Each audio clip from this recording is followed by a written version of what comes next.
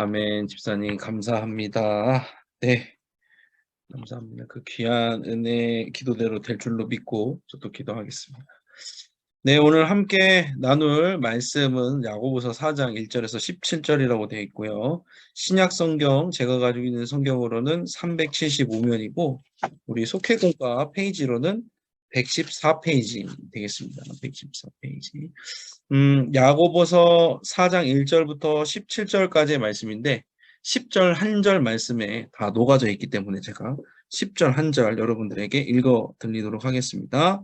10절에 이렇게 나와 있습니다. 주 앞에서 낮추라. 그리하면 주께서 너희를 높이시리라. 아멘.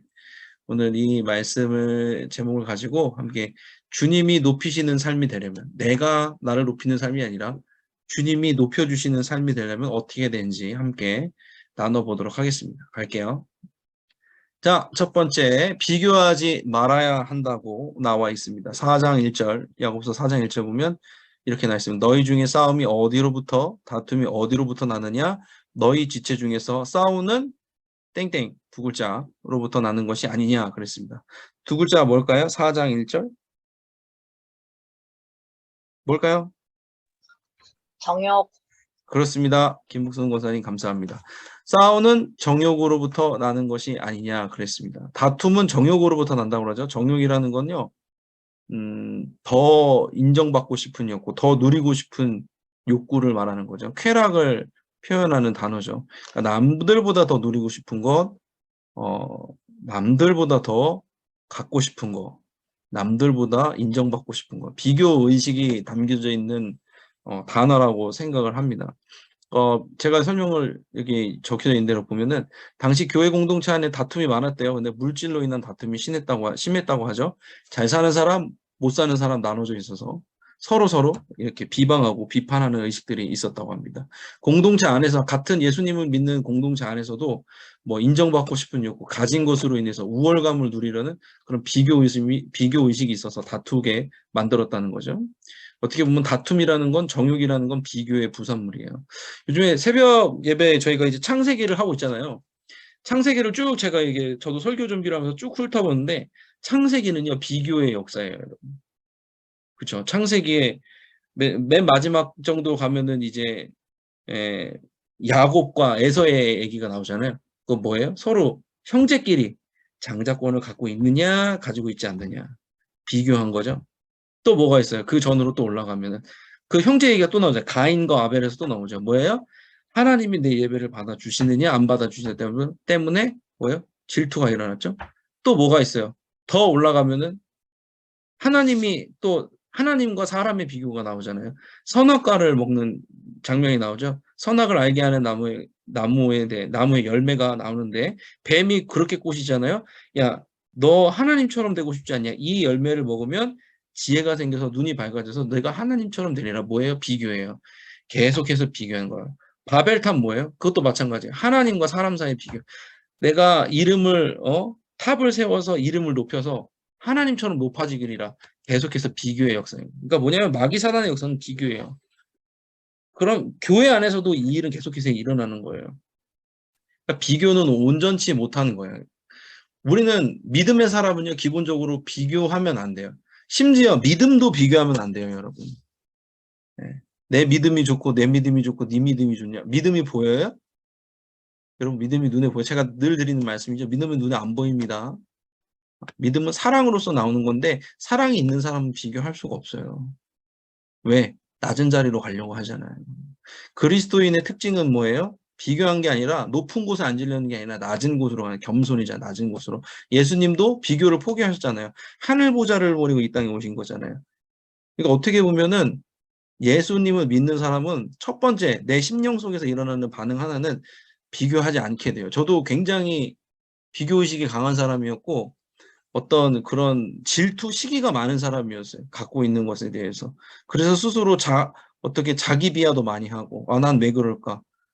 나는 왜 그럴까? 나는 쟤보다 왜 이걸 못할까? 왜 나는 저 사람보다 이게 없을까? 이런 어떤 자기 비하 의식과 그런 좌절감 속에 이렇게 항상 패배의식 가운데 살았던 사람이거든요.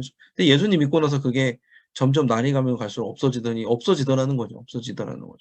여러분, 만약에 여러분이 남을 보고서 잘 되는 사람을 보고서 뭐 이런 거 괜찮아요. 뭐 예를 들어 나도 저거 있었으면 좋을 텐데 이것까진 괜찮은데 왜 쟤는 이게 있는데 나는 이게 없어? 그리고 내 기분이 안 좋아지고 마음이 다운되고 그것 때문에 기도도 안 돼. 사촌이 땅을 사면 배가 아픈 건 잘못된 거예요, 여러분. 누구 자식이 잘 된 거 보고 배가 아픈 건 여러분 뭐가 잘못된 거예요. 그거는 다툼을 나게 하는 정욕인 거예요, 여러분. 그 체크를 해야 돼요. 그것이 비교의식이 생기고 내 스스로 좌절감이 생기거나 우월감이 생긴다. 그럼 바로 주님 앞에 무릎 꿇어야 되는 겁니다. 그래야지 주님이 높여주실 수 있어요.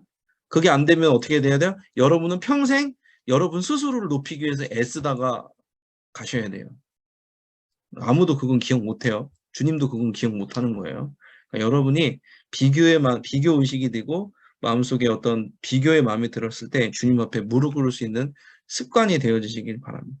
두 번째 갈게요. 판단을 멈춰야 된다 그렇게 나와 있어요. 11절에 보면은 형제를 비방하는 자나 이건 제가 가로 안 쳤어요. 형제를 비방하는 자나 형제를 판단하는 자는 곧 율법을 비방하고 율법을 판단하는 것이나 내가 만일 율법을 판단하면 율법의 준행자가 아니요 재판관이로다 그랬거든요. 말 그대로 판단하면 안 돼요. 형제를 아까 말씀드렸죠? 비교랑 비슷한 의미예요. 판단은 뭐냐면 내가 심판관, 내가 재판관이 되는 걸 의미해요. 재판은 누구만 하실 수 있어요? 하나님만. 사사기라고 있잖아요. 우리 성경에 잘 나와 있는 사사기. 사사가 저치라는 표현을 쓰거든요. 그건 뭐냐면 심판이라는 뜻이에요. 재판이라는 뜻이에요. 사사들은요, 저치였어요. 무슨 말이냐면 재판관이었어요. 하나님의 그 권위를 이양받은 사람만이 재판할 수 있는 권한이 주어지는 거예요. 하나님이만 하실 수 있는 거를 사사들한테 나눠주시고 그것을 공적으로 쓰라고 하나님이 하신 거지 그 외에는 재판할 수 있는 사람, 판단할 수 있는 사람이 아무도 없는 거예요. 제가 말씀드렸어요. 믿음도 판단하시면 안 되는 거예요. 우리는 재판관이 아니기 때문에 우리는 오히려 그 법을 준행하는 사람들인 거예요. 나오잖아요. 율법에 준행하는 사람이다 우리는. 그런데 만약에 율법을 판단하게 되면 우리는 율법의 준행자가 아니라 재판관이 된다. 그건 뭐예요? 우리가 하나님 자리에 있게 된다는 거예요. 그래서 여러분 믿음이 연약한 사람들이 있어요. 때로는 그 믿음이 연약한 사람들이 나를 괴롭게 만들 때도 있단 말이에요. 그렇죠? 살다 보면 그래요. 근데 판단하지 마세요. 그건 주님이 하실 일이에요. 남을 판단하고 정죄하면 그건 월권입니다. 월권. 제가 아까 말씀드렸지만 창세기에 올라가면은 선악을 알게 하는 나무에 대해서 꼬드길 때 뱀이 뭐라고 하냐면 이걸 먹으면 내가 눈이 밝아서 선악을 분별할 수 있게 된다 이렇게 얘기해요.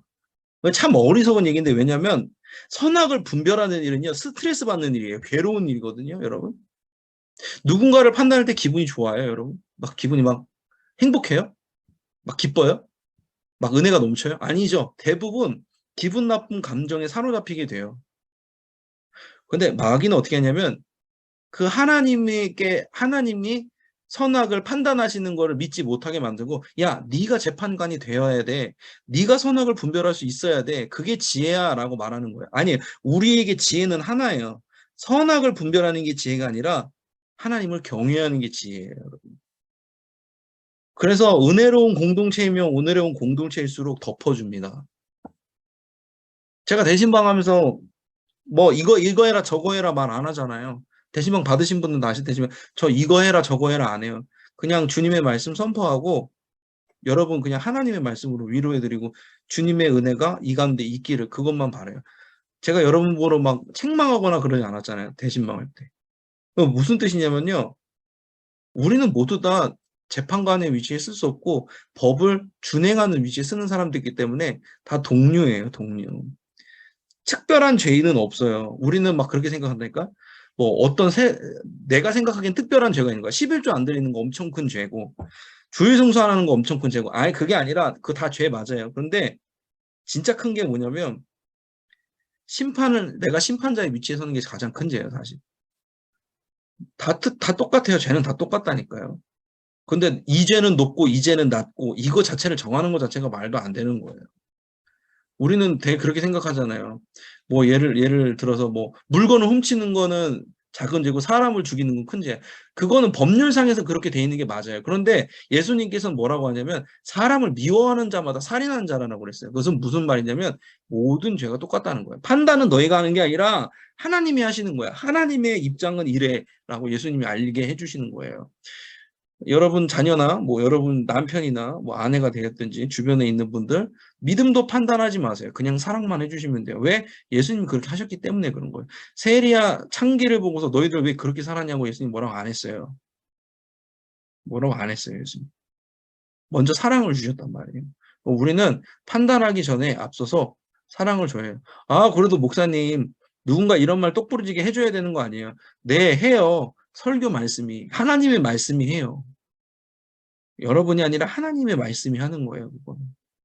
여러분이 사랑을 먼저 나눠주면 그 안에서 깨닫게 됩니다. 그래서 여러분이 판단하는 말이 아니라 사랑의 말 할 수 있도록 여러분들 마음을 다잡으시고 기도하시기 바랍니다. 마지막 세 번째 갈게요. 주님의 뜻을 따라야지 주님이 우리를 높여주신다고 이렇게 얘기를 합니다. 15절에 이렇게 나와 있어요. 너희가 도리어 말하기를 주의 뜻이면 우리가 땡땡땡 하고 이것이나 저것을 하리라 할 것이거늘 그랬습니다. 15절에 세 글자 나와 있어요. 뭐라고 나와 있나요? 우리가 뭐 하면? 우리가 네 살기도죠. 그렇죠. 김옥순 권사님 감사합니다. 살기도 하고 주님의 뜻이면 우리가 살기도 하고 이것이나 저것을 하리라 할 것이거늘 그랬거든요. 주님의 뜻이면요 우리가 살기도 하고요 죽기도 해요. 여러분. 근데 그거예요. 뭐냐면 살아도 주님의 뜻대로 살아야 되고 죽어도 주님의 뜻대로 살아야 돼요. 아멘 하셔야 돼요. 우리는요 망하고 죽는 걸 굉장히 두려워합니다. 그런데 신앙인은 망하고 죽는 것보다 하나님을 더 두려워하는 게 맞는 거예요. 왜냐하면 하나님의 뜻 자체가 영원이라는 영생이라는 관점이 있기 때문에 하나님은 항상 우리의 생각을 넘어서서 역사하시거든요. 그거를 우리가 믿을 수 있어야 돼요. 대신봉 다녀보면 힘들고 어려운 분들이 많은데 저는 그런 분들을 만나는 게 너무 복된 일이에요. 저에게는 복된 일이에요. 왜? 잘 되시는 분들을 봐도 그런 생각이 들 때 있는데 더 많은 퍼센테이지, 훨씬 많은 퍼센테이지에서 그렇게 힘들고 어려운 삶을 살아계실 때 저는 오히려 하나님이 살아계심을 보게 됩니다. 저 스스로도 다짐해요. 나도 주님을 잘 믿어야겠다. 예수님을 잘 믿어야 되겠다. 이런 생각을 해요. 죽으나 사나 우리는 주님의 것이라면 때로는 우리가 받아들일 수 없는 그런 현실에서도 믿음으로 그것을 받아들여야 되는 거예요. 그게 주님의 뜻을 따르는 겁니다. 우리는 물론 기도는 해야 돼요. 하나님 이 어려움 가운데서 건져달라고도 기도해야 되고 하나님 이 고통 속에서 건져달라고 구원해달라고 기도해야 되는 거 맞는데 그럼에도 불구하고 하나님은 우리에게 주신 뜻이 있거든요. 이스라엘 백성들을 출애굽하셨을 때 광야를 왜 통과하게 하셨을까 생각해 보시면 돼요. 왜 통과하셨을까? 약속의 땅에 들어가려면요.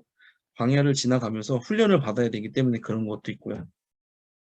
그 속에서 하나님과의 만나는 경험을 통해서 경험이 있어야지만 가나안 땅에서도 주님을 온전히 따를 수 있기 때문에 그런 부분들도 있죠. 우리는 광야라도 주님을 따르고 가나안이라도 주님을 따라야 돼요. 참 근데 재밌는 건 뭐예요? 광야에서도 많은 사람들이 탈락했어요. 한 세대가 탈락했잖아요. 근데 가나안에서 똑같이 그래요. 그러니까 우리는 고난도 힘들지만 사실 좋고 어떤 이런 물질적으로 풍요한 속에서 더 하나님을 저버리는 경우가 많은 것 같아요. 여러분 주님을 따라가시길 바랍니다. 여기 써놓은 걸 보면 이렇게 나와 있어요. 초대교회 그리스도인들은 서로에게 편지 줄 때 데오 볼렌테라는 것을 썼다고 합니다. 데오 볼렌테라는 것은 하나님의 뜻이라는 거죠. 글을 쓰는 순간에도 내가 하나님의 뜻대로 쓰고 읽기를 원합니다. 이게 모두 정말 주님의 뜻이기를 원하고 주님의 뜻대로 살기를 원합니다. 라는 뜻이 있어요. 그래서 여러분들 마음 가운데도 데오 볼렌테를 생각하시면서 갔으면 좋겠어요. 여러분들 계신 그 자리가 지금 주님의 뜻인 거예요. 아, 내가 선택을 잘못했나? 아, 내가 뭘 잘못했나? 아니요. 그럼에도 불구하고 하나님 여러분 인도하시고 여러분이 계신 그 자리가 주님의 뜻입니다. 내가 잘못 선택했으면 잘못 선택한 대로 주님의 뜻으로 있는 거예요. 그런데 그게 하나님이 여러분을 포기하셨다는 뜻은 아니에요. 그거 오해하시면 안 돼요. 그것도 하나님이 인도하시는 건데 다시금 선하게 하나님께서 건져주시고 인도해 주실 걸 믿으셔야 돼요. 아, 이것도 주님의 뜻이구나. 좋은 걸 받았을 때도 아, 이것도 주님의 뜻이구나. 좋고 나쁜 게 아니에요. 그냥 다 주님의 뜻인 거예요. 그거를 믿으면서 살아갈 때 삶이 좀 더 밝아지고 행복해지는 것 같아요. 그래서 여러분들이 그런 부분에 있어서도 잘 따라가시기 바랍니다. 세 가지 오늘 나눴습니다. 하나님이 높이시는 삶, 나를 주님이 높여주시는 삶은 첫 번째 비교 의식이 없는 삶, 비교하지 말아야 되고, 두 번째 판단을 하지 말고 판단을 절제해야 되고, 세 번째 정말로 주님의 뜻을 어떤 환경 속에서도 따를 것인지 결단을 해야 된다는 거. 그러면 주님이 힘을 주신다라는 거죠. 그렇습니다. 소식을 나누고 기도를 할게요. 우리 계속해서 속회 재생산하고 있는데 교회 수혜 때문에 제가 잠깐 멈춘 상태인데 이번 주부터 다시 재개를 하려고 합니다. 그래서 신임 속장님들 제가 연락을 하고 또 신방하는 일 계속 하도록 하고요. 9월 달에 사업장 신방이 있는데 10월에도 주신 분이 있더라고요. 10월에도 할게요. 걱정하지 마세요. 그건 자율적으로 하시면 좋으니까. 저는 그래요. 그러니까 제가 남자 성도님들을 많이 못 만났잖아요. 그래서 남자 성도님들을 좀 만나는 시간을 가져보려고도 하는 부분이 있어요. 그래서 사업장이 굳이 아니더라도 사업장 근처라도 가서 제 기도하면 되니까 그렇게 해주시면 좋을 것 같고, 사람 사랑 생명사랑 걷기 캠페인 18일 주일에 있는데 온라인에서 각자의 자리에서 시행합니다.